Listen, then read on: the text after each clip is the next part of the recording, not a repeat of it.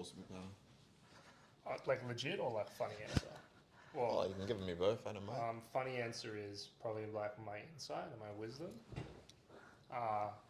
The funny part's the wisdom. Yeah, serious answer is like um, my like ability to mime like really well. Nice. Okay. Your ability to what? Mime, like Marcel Marceau, the French dude. Right. Like, Now I don't know if he's being serious because his answer for the serious one was yeah, like a joke, but your tonality was like very. Poya's serious. pretty good with tonality though. like. You'd yeah. be very good at deadpan. I should have been an actor, I reckon. Yeah, he would have been very good at Yes. deadpan.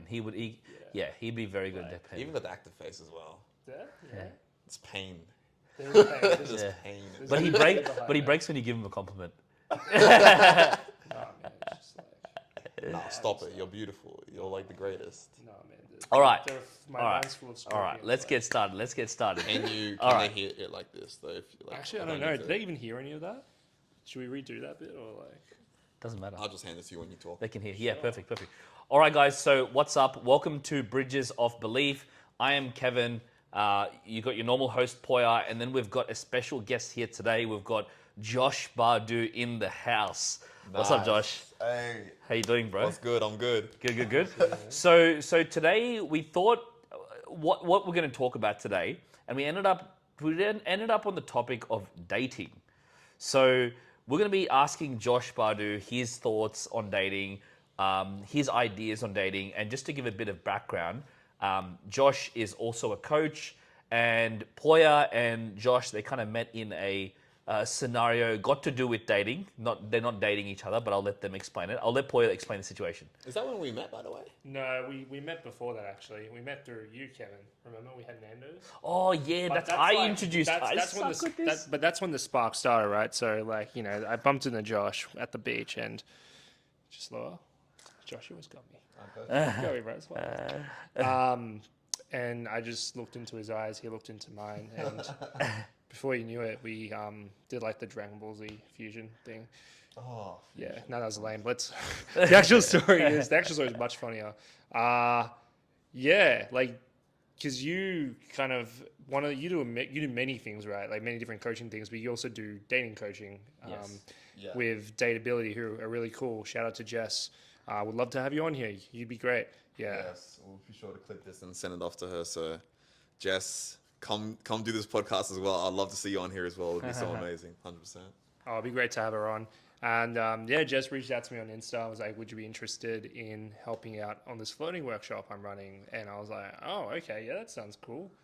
And then turns out you were part of it. And Yeah, we call that the push-pull workshop now because floating can have a bit of a not the best connotation. It can sound a bit maybe seedy. I don't know, for lack of better words. So we call that the push-pull. What is push pull?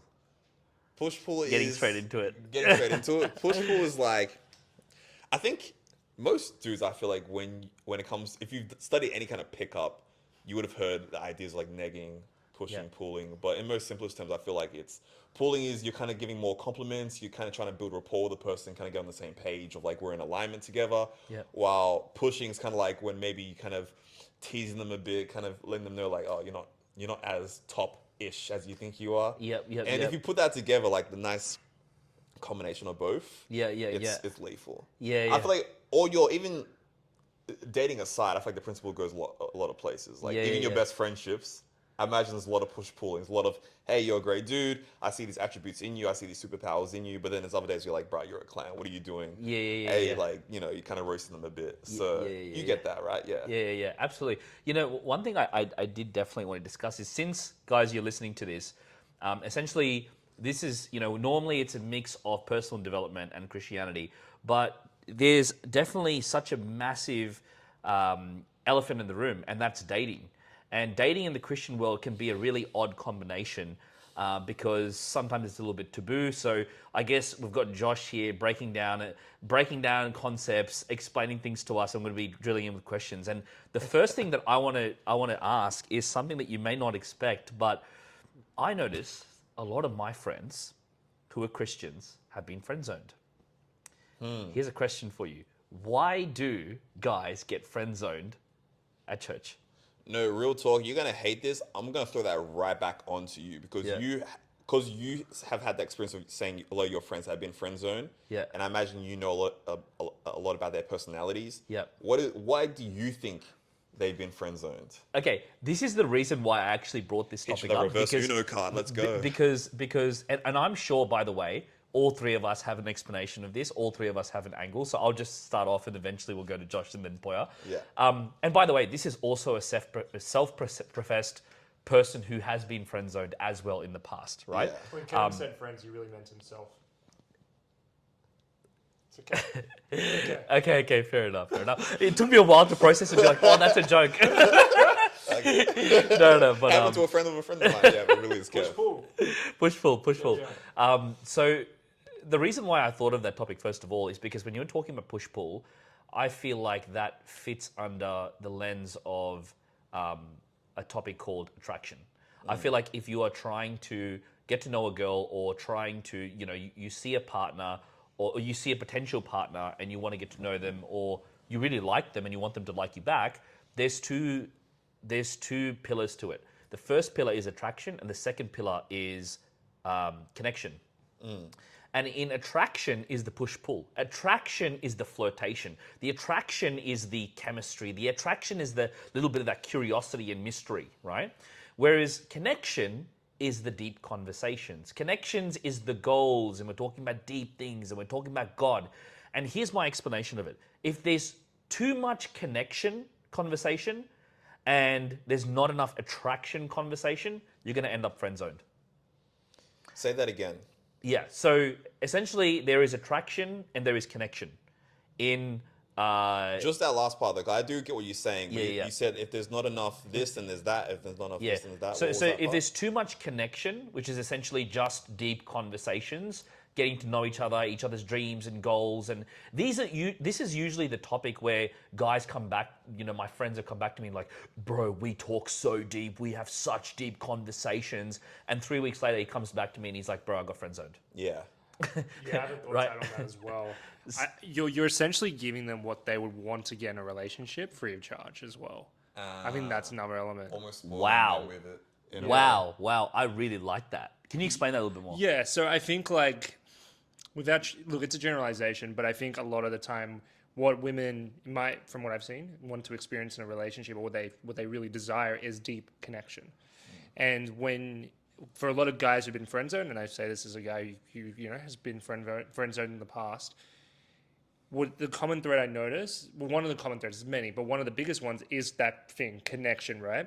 And so you connect with them on a deep level as a friend, but you're giving them you're kind of giving them what they would get from a boyfriend, what they want from a boyfriend free of charge. It's almost like, and I really don't mean to be crass here, but I feel like that in a sense, it's also like, it's like if you're a girl and you're just like giving all the physical stuff to a guy super early on without him having to work for it. Yeah. And it's like you're giving him what he would get in the relationship. And that's not to say women don't desire that as well. But in a general sense, it's like men are very physically drawn, women are more emotionally drawn. That's the attraction sort of thing. And so if you're giving them essentially like these things they desire before they've kind of, yeah. Does that make sense what I'm saying? I definitely see where you were going with that. It's almost like it's the rule. You give them a boyfriend without the commitment. So it's like I get all the benefits of having a boyfriend, which is all the emotional stuff. Like, hey, like I get someone I can talk to, someone I can confide in, I can get that masculine support or whatever. Yeah. But it's like I don't have to be his girlfriend. I can go with these other guys. Yeah, and I like what you said, because it's like you're giving it to them without them having to work for it. And we all know that, guy or girl, if you're giving someone something without them having to work for it, they're not going to value it as much. That's a simple principle. So I think that is definitely plays into what you're saying. I really like that perspective. I think it makes sense. But Josh, you go. So would you say with those friends of yours who have been friend zoned, would you say that they were those who were kind of giving the female all the things that the female would want without her deserving it? That they were relying on too much connection without enough attraction? Yeah, that question has pretty much brought together what I was talking about, what you were talking about, and the answer would be yes. Yeah. So you pretty much go, yes. Like when you're giving them too much connection, there's not enough attraction, which builds the chemistry, which builds the attraction. And by doing that, you're doing what Poya is talking about, which is you're giving them what they want, which is the connection, without them having to work for it. Yeah. So your original question was about like why do Christian men get friend zoned a lot? Was that the original? Yeah. Or just men in general. Why do people get friend zoned? Look, I got a lot of friends who I watch how they are around women, and they're very good. Like they can go in, get the job done. And then I have friends who, like the nicest guys, they're very competent in other areas, but when it comes to females, like they struggle. They're very uncertain of themselves. And I think for me, what I believe is there's many reasons, but like obviously one is just purely everyone knows this is confidence. Like when you walk up to anyone, man or female, if you walk up with confidence, even if you're wrong, you can just that conviction bias. People will believe you just off your conviction, right? When I feel like someone who doesn't have confidence in themselves, they don't have a high self-esteem, when they walk up to someone, they're kind of already assuming, what do I have to give? And then that gets that energy the person picks up on, right? And then so say you're the female, I come up to you, I'm like, hey, you can kind of feel my energy. I'm nervous. I'm like, I don't know if I really, I don't know if I really deserve to even be talking to you. Yeah. Well, you're gonna be like, yeah, you're right. Why are you talking to me then? Yeah. If you don't believe you should be talking to me, why should I believe you should be talking to me? Wait. Just before we go to that, like I want to pause on I want to touch on one thing, which is you mentioned sometimes they can give off that energy of, I don't deserve to be talking to you, essentially, right? But for anyone listening, what do you feel like would be some of the things that would communicate that? Body language, tonality, even though this is hard to stop if it starts happening, stuttering. Yeah. It's like those three things of language, right? Body language, what you're saying, tonality, those are things that you're always communicating no matter what. Yeah. So those are the ways that it's going to be kind of translating through. But there's like, that's why this topic is so beautiful as well, because there's so many mini pieces and many pieces to the puzzle that are playing out. So true. So true. Yeah. The moment you walk into the door, how others even treat you will play into how a third party will see you. Yep. So I'll give you an example, right? Yeah. So I was at a party recently, and people who hear this, they'll either get it or they'll be like, oh, you're being soft. Yeah. There's a friend of mine. Me and him, we roast each other. Hardcore. We don't care. It's like ruthless, right? Yeah. Never had any hard feelings because like I love this dude, he loves me. I know there's all respect there. When we're around other people though, he will try to do that same act. When it's one-on-one, I don't mind. When it's around new people, I do mind. And the reason for that isn't like, oh, he's soft now, he's around. It's because they don't know our relationship to know that when you're saying that, you actually respect me underneath it. Yeah. If it's their first time seeing me and you're just coming out here roasting me, get it. Yeah, totally get they're it. gonna assume that's who I actually am. They don't know, they haven't known me the way you've known me to know I actually am a competent dude. I'm actually cool. I'm funny. I'm the guy. Because every time like someone is treating you a certain way, it's also training that person on how to treat you as well. Yeah. So that they might look at the other person and be like, oh well, this guy doesn't seem to respect him, so why should I? And then it puts you in a I just was going to add to it. Just it puts you in a difficult position, right? Because then you either have to call out your friend, which then creates another ego. Yeah. And that's when, bro, I think even Tate, I may have heard of a video of Tate calling that kind of behavior out as well. Maybe I'm misremembering it, but like that would make sense. He was saying like, yeah, when you're around your boys, like I'm not around dudes who think they have to like try to always one up each other because ego gets into it and no one has a fun time. Yeah. Like obviously guys, we can be egotistical, a lot of testosterone, a lot of pride flowing through. Imagine getting dissed in front of girls you're into. You know what I mean? I've been there. I've had that happen. Yeah. And you're telling me you're not gonna like start to kind of puff up your chest and be like, yeah, I'm gonna pounce back. Before you know it, it's like it's just the energy gets corrupted. I feel. 100%. And that's the thing. You're in a lose-lose situation. Like when I've been in that position, it's either I look reactive, so I look like I don't have my emotions together, so there isn't that sort of masculine sort of stability. So like that's out the window, or I just look like a doormat. Yeah. So, and there is a middle ground. I think there's a way you can do it, where you can be assertive, but then there's the whole risk of your friend feeling hurt and them being annoyed about it. But then you can go deeper into that, and then where like, well, if they're going to get offended by it, then they're probably not a good friend. But then it creates all these other problems. Yeah. So you go, But as like what I was saying at the start, like there's so many pieces to the puzzle that come into it. Whether it is confidence, how others treat you, your tonality, how you see yourself, your mindset. Like there's so many different avenues you can dive into. But as far as the original question, like that's one of the things I think about most. I'm curious with you, Poya, when it comes to guys getting friend zoned, like what your thoughts on why that happens a lot. Yeah, I think there's different elements. So I think there's a connection scenario. I think there's also for the simp scenario.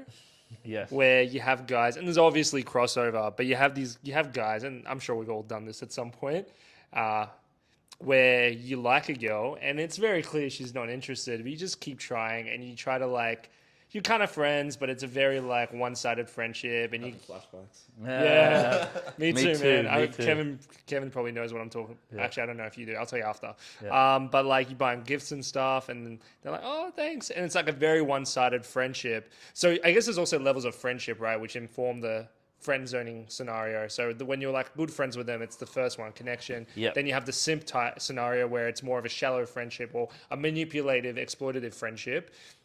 I don't know if this counts as friend zone. Maybe it does. But then there's the creep scenario where you just keep like messaging a girl, and it's your perception that you've been friend zoned, but you actually haven't. It's just like they've just like been like, get away from me. They've set a boundary. But I think the common thread that I see across all three of those is a lack of self-respect and a lack of having anything going for them. Right. So like a lot of these guys who I notice that get friend zoned, their world is the girl. They don't have anything else going for them. That's why they're putting so much energy and they get so crushed because they've lost the thing that's giving them purpose. And what do men need more than anything? It's purpose. Yeah. And so, you know, they're investing all their time, and that's why they don't have the self-respect either, because they want the thing so bad. They want the girl so bad. It's an idol. It's an obsession. It's their purpose. And so they're willing to take a few hits to get there. But what they don't realize is those hits is what's preventing them. And what I mean by hits is like the disrespect, I guess. Yeah. I love that you bring it up because, like what you said, it's an obsession. Another word I'll use is it is an addiction. And yeah, I think that's another sad thing I do see with like some friends at times where it's like, I think we've all been there. I feel like in my younger years I've been there, but then as I've gotten older and like become more obsessed with my own purpose, I've been able to like break free of that, of you're checking your phone every 5 minutes to see if they responded back. And that's like the worst place to be, because not only are you're being less productive throughout your own day, but then you're always in your own head, and then how you even respond to the person begins to shift, because now you want to make sure that the conversation goes well. Like one of the things I've been kind of advising people is, don't worry if your conversation goes poorly, because you can win it back over. You don't need to feel like each conversation's do or die, right? Like, do you mean with the same girl, or you mean like just like yeah, with the same girl, but in general as well. So I'll give you a more specific like scenario. Okay, say like this girl you meet, you start chatting up, you start talking, you feel like, okay, you're into her, which is fair enough. You can have interest in the person, but then you start second guessing every word you're using. How can I make sure that what I say she likes? Yeah. And then you start pulling your punches almost. You're not saying what you really feel. You're not being authentic, which I know you're big on. That authentic version of you starts to wane, kind of thing. And all of that comes from a lack of authenticity, a lack of self-respect, but also seeing them as an addiction, like they're your everything. I can no longer see anyone as like my everything, that I always need them in my life, that I won't be good without them, because I feel like that inevitably leads to me making them an idol, and then also how I act around them changes, and that ultimately makes you lose them anyway. Does that make sense? Yeah, no, absolutely. Poya knows. Poya knows I'm so big on this topic. Yeah, I know from experience as well, man. The I word, the I word, infatuation. Oh, infatuation, yeah. Yeah. Yeah, like, no, just affirming everything you've said. I was, I've noticed for myself that when I'm less, when it, yeah, when I'm, yes, I know, like less, like the whole thing, you know, when you're saying, don't be afraid to let the conversation go poorly. Yeah. That I think is so key because what I've noticed in recently, I guess I'm in a better headspace. Um, like when I'm talking to any girl or whatever, even if it's just platonic, it just always it's just like it kind of like there are times where the conversation goes poorly, but it's not awkward and it's not weird and it's not like I kind of leave with a bad impression. I feel like it leaves mystery as well. Like it kind of puts, I feel like it puts the onus on them to continue the conversation in a way, which then puts you in a sort of better position as well in terms of attractiveness. Yeah, and look, I know when I maybe like when I said poorly as well, it could have been like, what does he mean by poorly? Like, maybe I'll try to use like basketball analogies because I played sport growing up and stuff. You always hear like the greatest players say like, no matter how many shots I shoot, if I miss the last one, like I trust the next one's going in.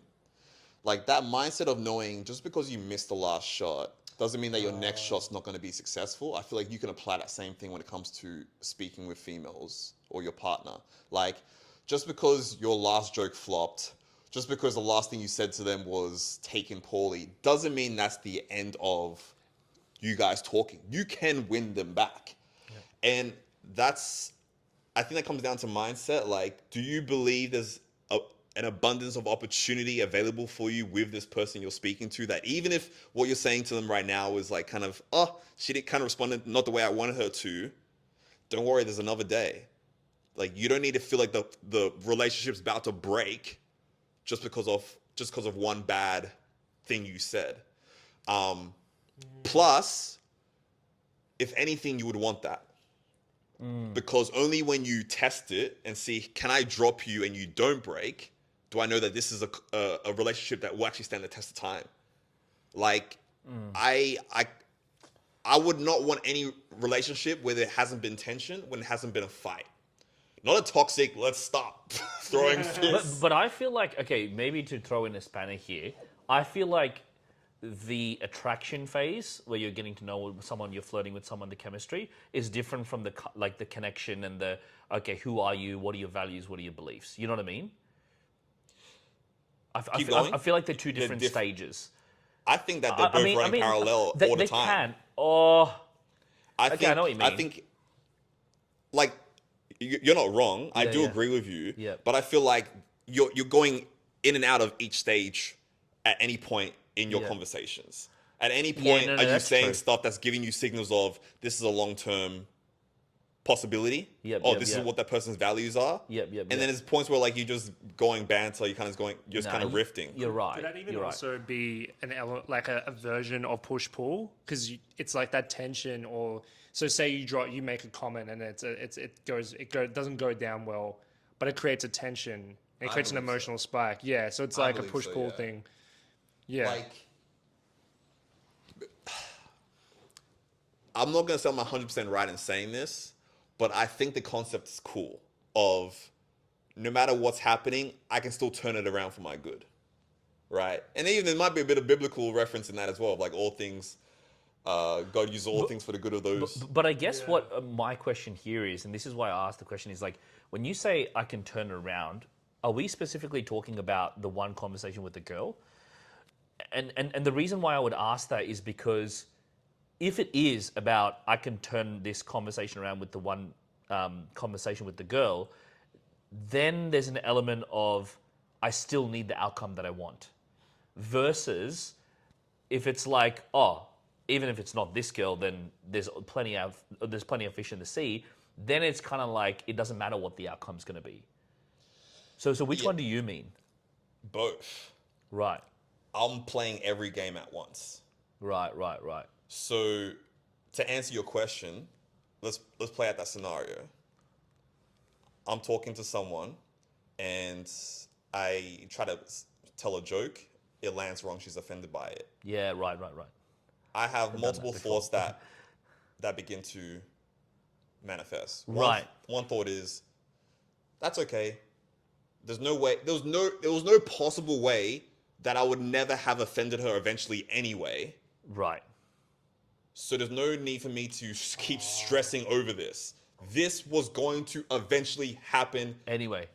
Yeah. And I know that all relationships that are worthy, that are powerful, that stand the test of time, eventually go through this procedure. Therefore, I shouldn't believe that it's game over. Let's just keep playing, and I'm still committed. Let's keep going. Right. But also, and so I'll let you. No, we're gonna keep going. I'll let you go in just a sec. But also, Yep. the second thing you brought up, there's another game being played as well, which is even if this does fail, Yeah. even if she is done with me off of this, Yep. there's more fish out in the sea. Right. So now I'm getting it, because you're talking about in that conversation, you're answering the problem of, if I'm in that conversation and I'm like worrying that I've screwed it up or something like that, this is a good frame to have mentally to help me navigate this conversation well. 100%. Yeah, okay. And I do okay. apologize. That's the problem. Yep. I do apologize if I'm not like explaining it well. No, 'cause you're obviously- explaining really well. No.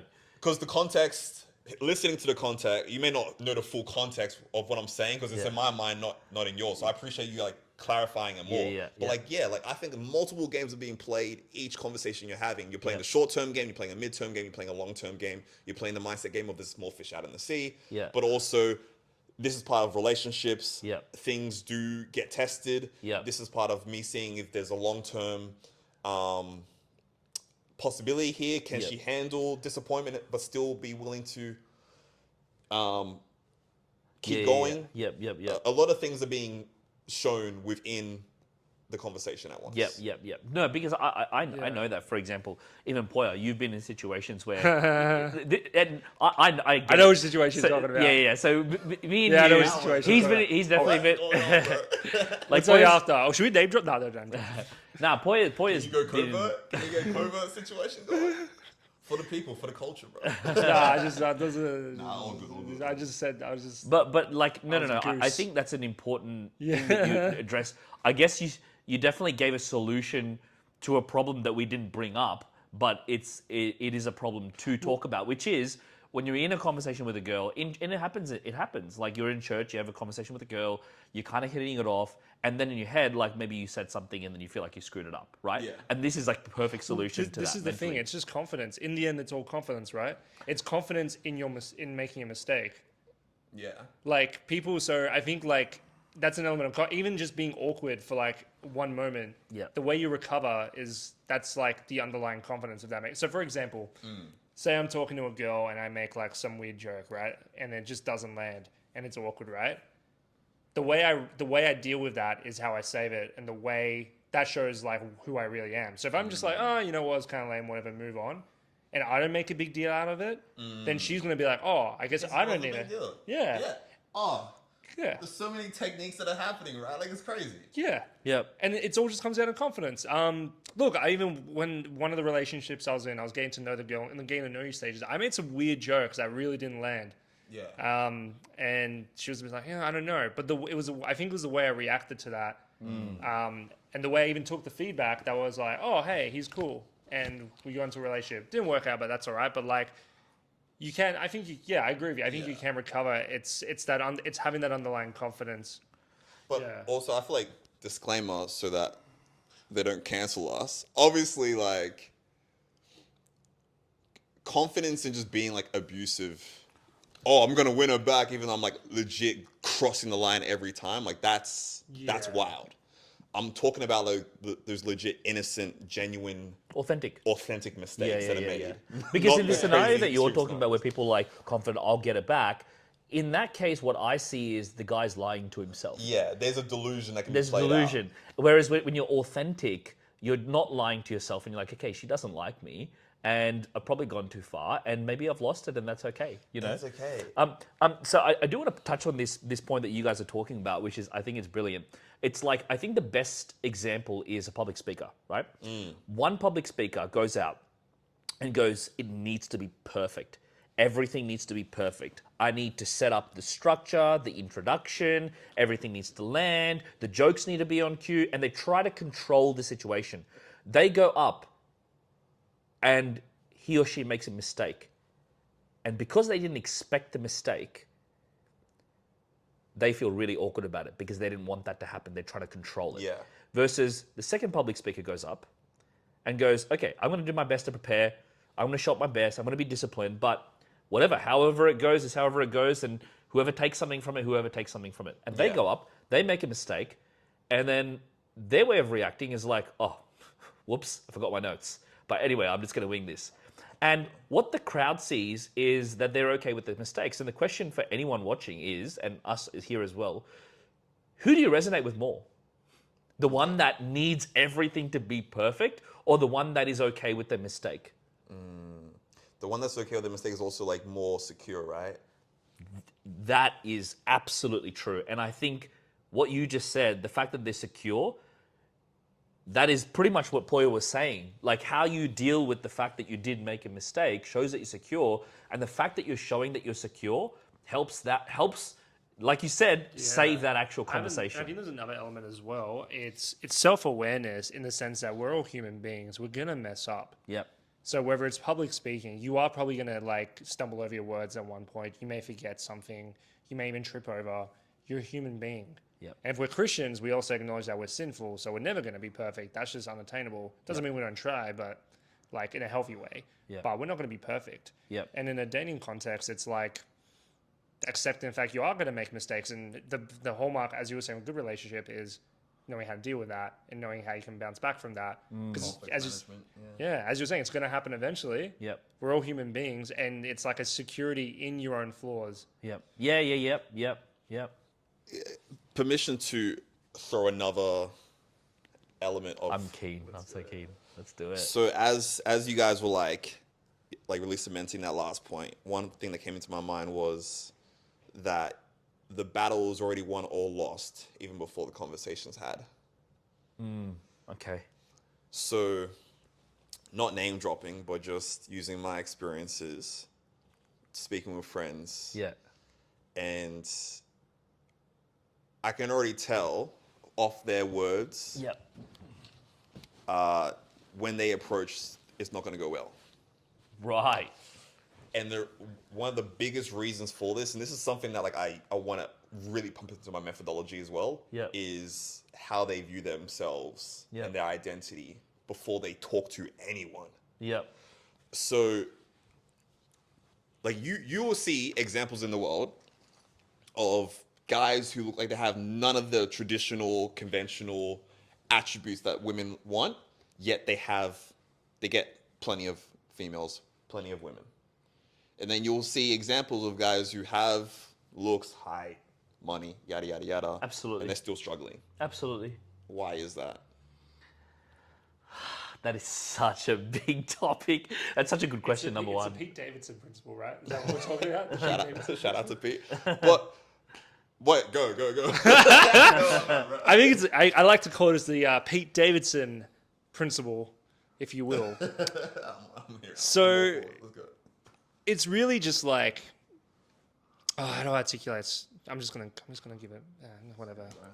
This chair kind of freaks me out because I was like leaning against it and it went forward, so I'm just a bit like, I thought you were doing some like kick out thing. I did not intend, so that's why I'm a bit like, all right. But anyway, that's fine. It may just come out to whatever. But the Pete Davidson principle, I think women are generally, what they're attracted to is someone who makes them feel safe and secure. And so you have this guy, right? He's tall, looks good, probably like Patrick Bateman from American Psycho without the psycho, right?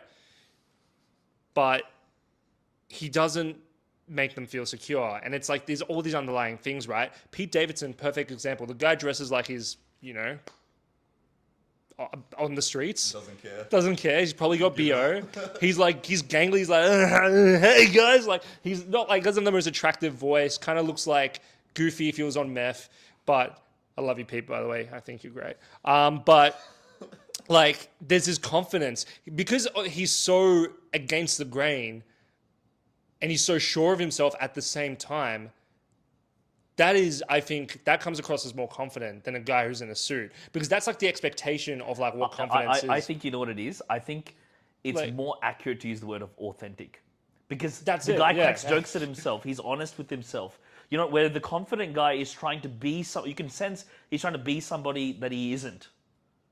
You know what I mean? Where Pete Davidson cracks jokes at himself, is not afraid to be embarrassed, is okay with rejection or handles it, or even brings it up and go, oh, look, I got it rejected, and laughs about it.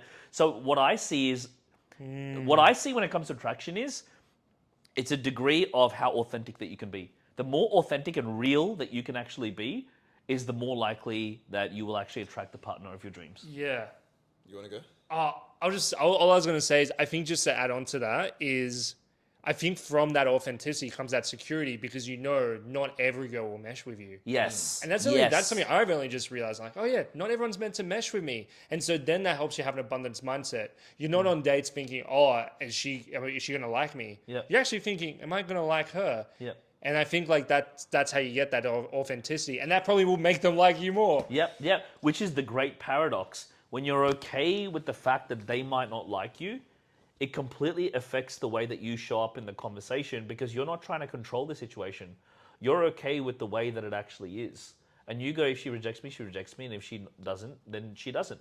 And they can sense that on you, and they'll go for you. Like, think about the desperate guy who wants that super attractive girl. He's infatuated with the girl. He puts her on a pedestal. When he goes up to her, does he get the girl?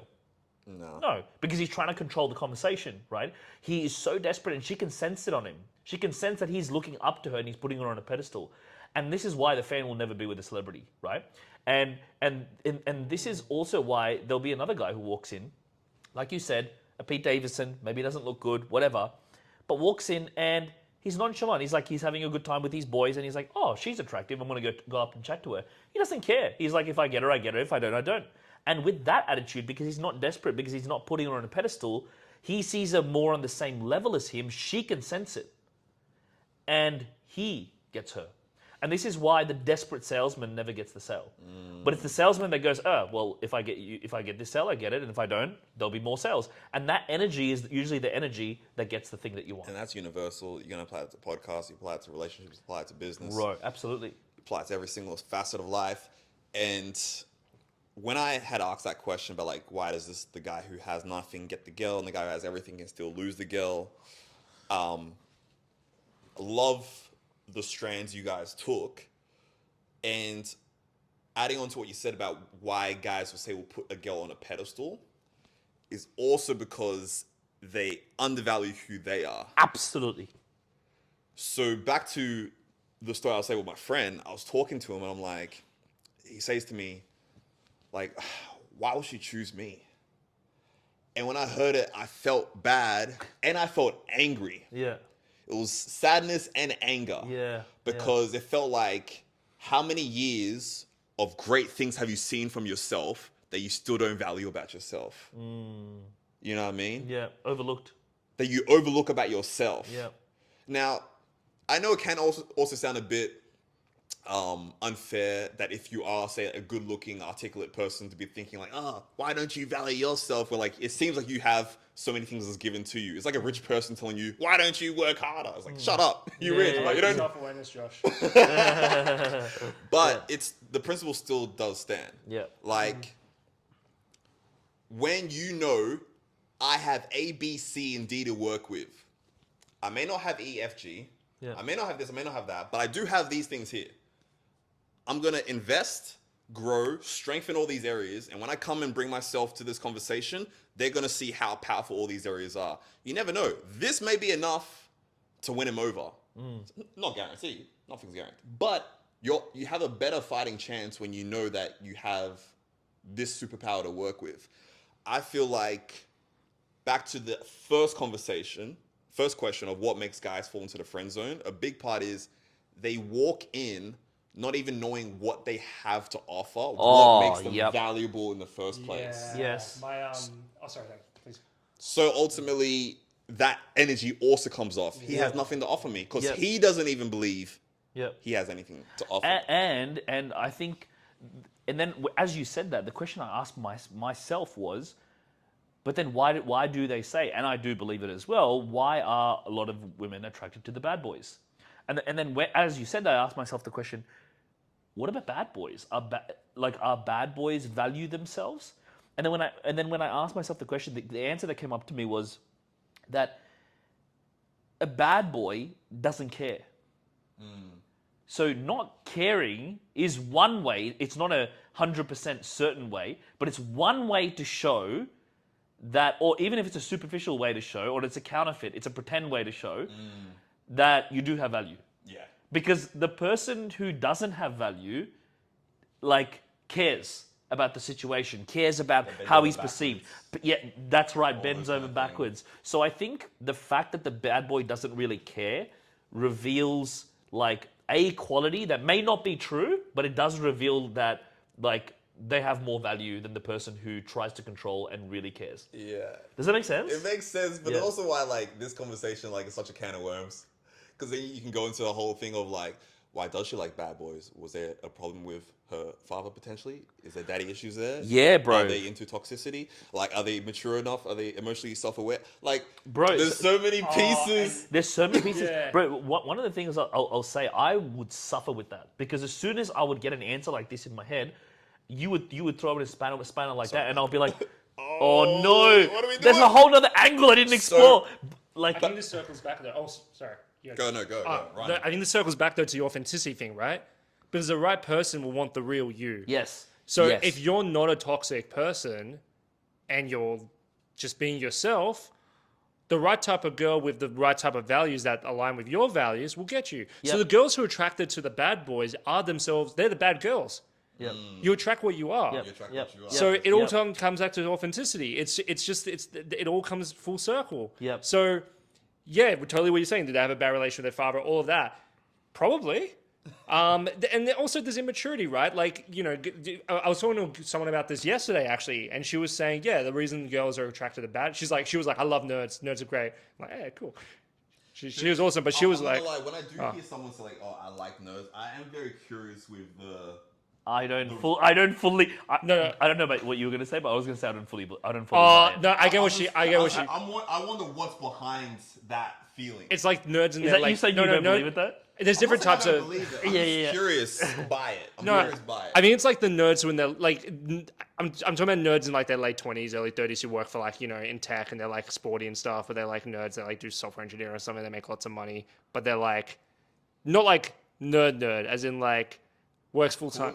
Cool nerd, yeah, cool nerd, I think. But He's talking regardless, about himself, because he is a cool nerd. I'm a He is cool a nerd. I am a cool nerd. I'm also no, Also but simple. I think we get. But just to come back to the bad boy thing, she was saying that like why girls are attracted to bad boys is they have the ego to just go out there and get what they want because and it's all Yes, ego driven. that's And actually that's the true. thing the nice guys don't have. The friend zone, they don't have that thing of what you were saying before. Like why like.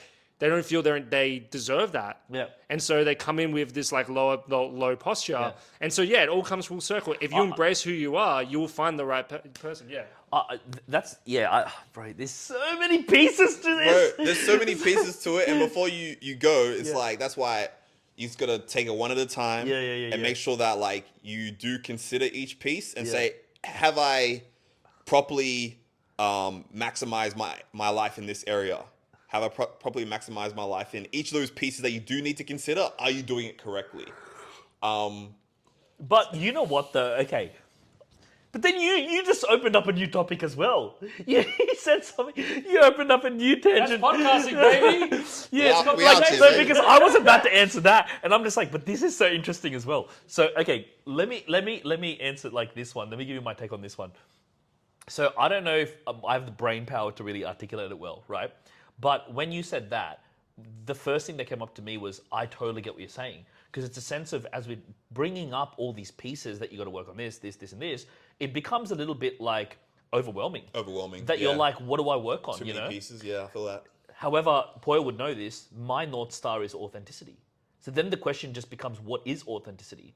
And the best answer I can give on this is that when Leonardo da Vinci was asked, how did he create the sculpture of David? All he said was, Michelangelo. oh, that's right, Michelangelo. And all he said was, I just chipped away at everything that wasn't David. Now, what am I talking about here? All the fears, the guilts, the shames, the depression, or the sadness, or the past baggage.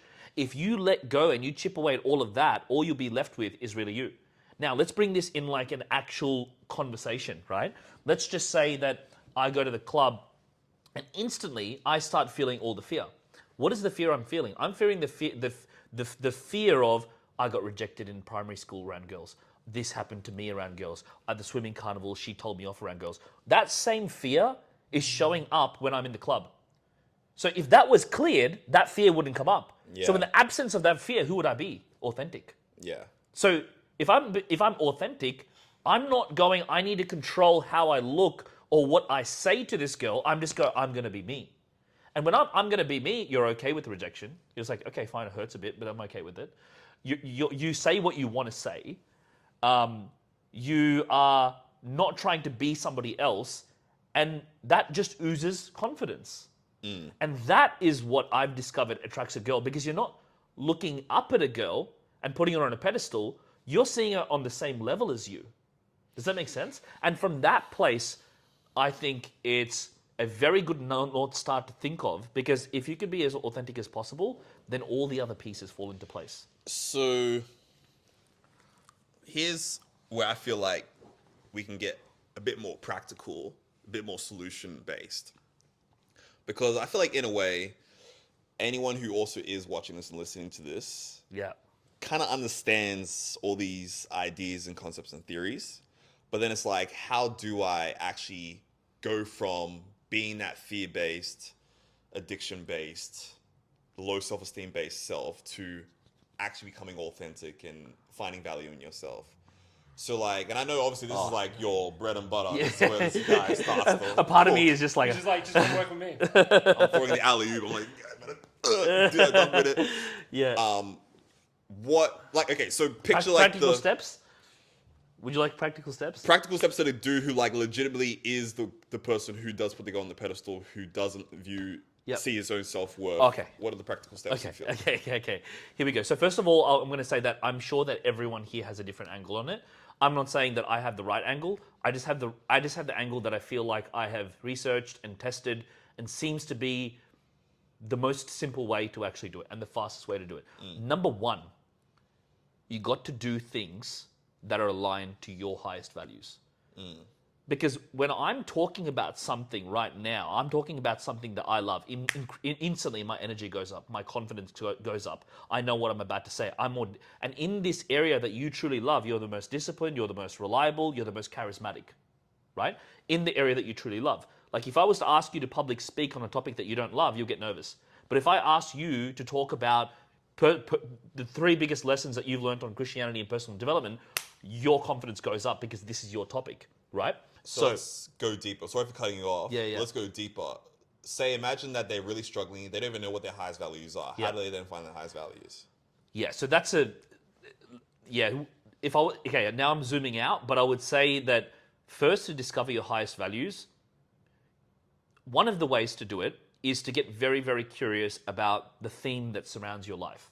If you take a look at where you spend your time, where you spend your energy, what you research, what you're curious about, what you're drawn to, what you're inspired by. And if you ask yourself those questions, what ads do you get on Instagram and Facebook, you'll notice that there's a theme. My theme is personal development. So in that theme, I'm at my best. So here's the interesting thing. Let's just say I go to a club now, and I'm trying to, and there's a group there, and I'm trying to talk to these girls and get to know these girls. If not, I'll go and I'll talk to one girl, and maybe we have nothing in common. But all of a sudden, one girl loves personal development. My confidence goes up. My energy goes up. My authenticity goes up because I'm in my zone. And she can see me being in my zone. And I'm not trying to pretend to like sport. I'm not trying to pretend to like music. I'm in my zone because I know what I'm doing, and that's authentic. So the first thing would be to find your highest values. How do you do that? Get curious about what you spend your time, your money, your energy on, all of that. Then live your values. Then second, I'm going to say, to look at the things that have caused you trauma around girls, whether it's that swimming carnival or whether you got rejected, and see how it serves you. The more you recognize the lessons, the opportunity, the skills that it gave you, the less you're going to look at it from a trauma sense, and you're going to see how it serves you. And now you're not going to be afraid of it. Because if I can be grateful for it, then I'm not afraid of it happening again. Can you give me an example of how that served you? Because I also one thing I realize is, I think me and you having like coaching backgrounds, like every day we're in the mental gym of saying, how does this serve us? How does this serve us? How does this serve us? So eventually it gets easy for us. If that's not something you do often, it can feel very, very foreign to do that. So for someone who's like in that position, how yeah, give us an example of like how you've been able to kind of like begin to see how things have served you that on the surface looks very negative. Yeah, so one of the things, first of all, the reason why I actually gave that tip of seeing how it serves you is because it is a very actionable tip that can take you 5 seconds, that's super free to do, and you can try it now. That's the reason why I gave it. And the other thing that I'll say instead of that, if I was to give a parallel topic to that, I'd probably say go get a coach, go get a therapist. Because you can work through a lot of the trauma that has caused you a lot of these And they fears. can support you right? in that, yeah. But that's the reason why I gave this, just because it's a little bit of an easier solution. It's a little bit of a shortcut, it's something that you can action. So that being said, how would I go about asking someone to do it who finds it difficult to see the other side? Is just to start small. And recognize that things could have gotten a lot worse in your life. And when you look at a situation, you go, oh, that girl dumped me. Think about it. Think about how it could have gotten a lot worse. She could have dumped you in front of everybody. The whole school could have heard it. It could have gone online. There could have been videos about it. And then when you start to realize, man, it could have gone a lot bad, you start being grateful for how it actually happened. So that can help you. But really, I would say just start by seeing things in a smaller sense. So I don't want to zoom too much out of the topic of what we're actually discussing, but essentially, if you have a lot of fears around women, being able to look back at all those things that have created those fears and see how they've served you and benefit you can help reduce those fears, because now you're seeing how those things served you and you're not looking at it through a lens of, oh my God, the same thing's going to happen, because you're like, okay, well, if it benefited me before, it can benefit me again. Yeah. Yeah. Question for the group, right? Because there's a reason why like I did ask you those questions, and like I wanted to, like, I know it may not seem like it's still in dating, but I still feel like it's even almost more important than the dating discussion, because when it comes to, I'll call this relationships, not just dating, but relationships in general, I feel like there's two schools of thought. One is the person who wants to grow in their interpersonal skills, and they look at the principles they need to learn. Yep. And then there's people who say, what are the techniques I can learn? This is in game, they call it inner game versus outer game. Yeah. Okay. So outer game is all the techniques and all the things, or tell me what to say, tell me what to do, versus like what you're saying, it's like the fact that you even show up and you're authentic, that's inner game. So like, say you throw up a clickbait title that makes someone say, oh, I'm gonna like learn how to get the girl of your dreams, right? They're hoping, not everyone, but it does happen every once in a while, like they're hoping you're about to give them like the secret line that no girl can resist. When I drop the bar, she's gonna just, you know? Yeah. Versus you say, hey, what are your values? Like, well, hold on, values? Yeah. Well, Yeah. where's the line? Yeah, Tell me yeah. the pickup line. Yeah, You know? But that's like the reason why, like, I hate working on surface. Yeah. I love working underneath. What's actually the root thing that's going on? You know, like, I don't know. What are your thoughts on like the whole inner game versus outer game? Like, have you also, do you agree with that, or do you see it from a different angle? Because I know, like I said before, I feel like people either come in when it comes to like dating, they either come in saying, hey, what should I say? What are the techniques I can use? Versus, have you done the inner work for what actually makes you confident when you talk to females, regardless of what you say? You know what I mean? Yeah, that's great. 100%. Look, that was my journey, I think, for a lot of last year. Yeah. Puer probably has a lot to say on this topic. Yeah, I mean, Kevin knows this. He was there for the journey, but I actually watched a lot. I was the guy clicking on those videos last year. 10 lines to get her to say yes, like, yeah. I remember I got really obsessed with trying to come across masculine, so I try to like pull back a lot and not be, because I can be quite excited. I get called like, I get often compared to like a Labrador puppy sometimes, and I was kind of embarrassed about that. I was like, no, I gotta be masculine. Labrador puppy. I think that's what it was. Some kind of. Oh, I used to be with church, but like I can be like that when I'm like, sometimes I get hyperactive, sometimes I'm chill. It just depends. Yeah. And that's me and my most authentic, right? Authentic, yeah. And the right girl will like that. But yeah, last year I was really insecure, and yeah, I got really obsessed with trying to be masculine. So I was like watching all these videos, and I was like, the way I would text, I wouldn't try to use emojis. I was like trying to be like really like. But that's not me. I can be like that when the situation calls, but not all. But you know, you gotta be different. You gotta be what you gotta be when the time. Yep. Like there's a time to be serious, there's a time to be playful, and I think I really minimized my playful side. And I would go on dates with girls, and we'd see each other a few times, and like they'd be like, oh, like I don't see anything more than friendship, and they'd all say the same thing, like you're an amazing listener, you're great, this and that. I'm not making this up. I got receipts. I can show you guys. Like, oh, you're like so emotionally intelligent, and I'd look at that, right? And I'd be like, dang, like, what is it? Like, what am I doing wrong? And I think it's the attraction thing, right? But it's because I wasn't being myself, and so like, I have all the qualities that I feel like they list all the qualities that girls say they want, right? But they don't want me, and it was this journey of like kind of wrestling with that. And then it got to the point, ironically, when I just stopped caring, when I was like, I actually don't really want to date at the moment. I want to work on me. And this is the interesting thing as well. I'm a massive nerd, as you guys said before. Yep. I freaking love DC. I love DC superheroes, like Superman. I am so keen for Superman Legacy. It is not funny. Bro, I don't know if you're outside of the frame right now. No, I mean, Get in the frame, kid. Don't be ashamed. It's all right. Yeah. Like, seriously, I'm so G'd up. I love dissecting albums. Like, don't get me started on Kanye's discography. Like, I love cinema.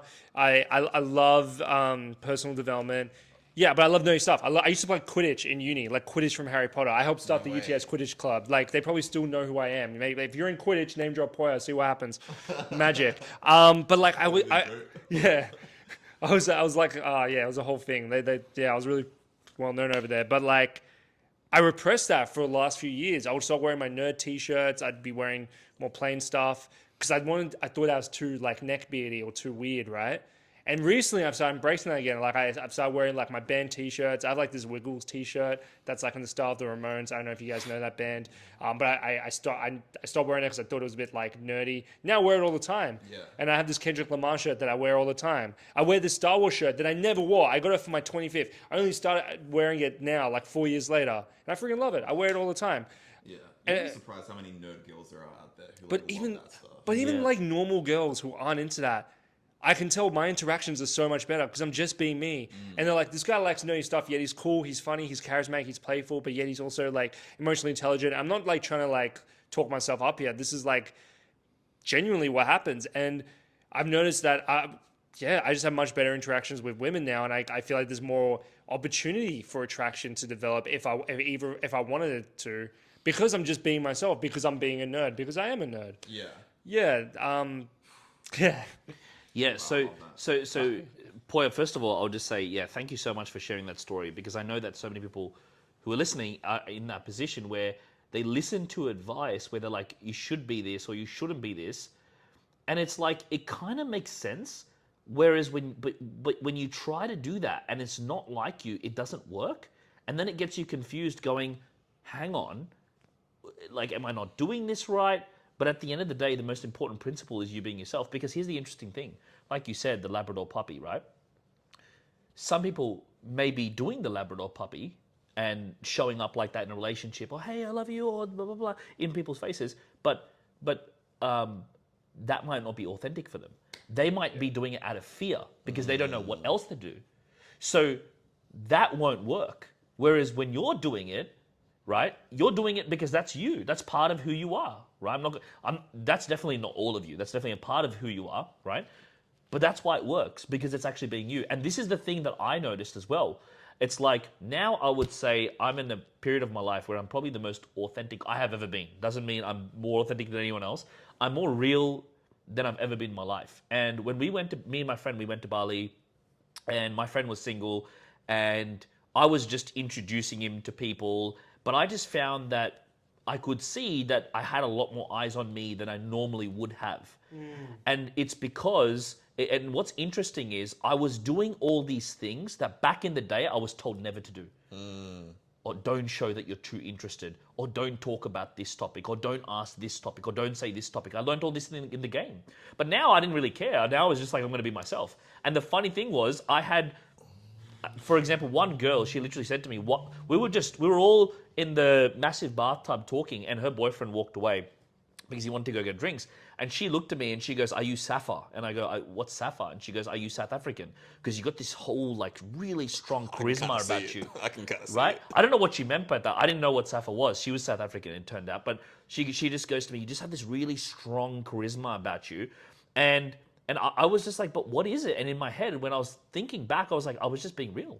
I didn't want this girl. I was just being myself. I was just having fun. And this is what it was. But these are all things that I was told not to do back in the day. So it comes back to that central theme, bro, of being authentic. And sometimes we, as guys, goes, what do I do? What do I do? Do I do this technique, this technique, this technique? But the North Star should be authentic. How do you be as authentic as you possibly can? I think a start is to work on your baggage and then to find your highest values and live your highest values as much as you possibly can.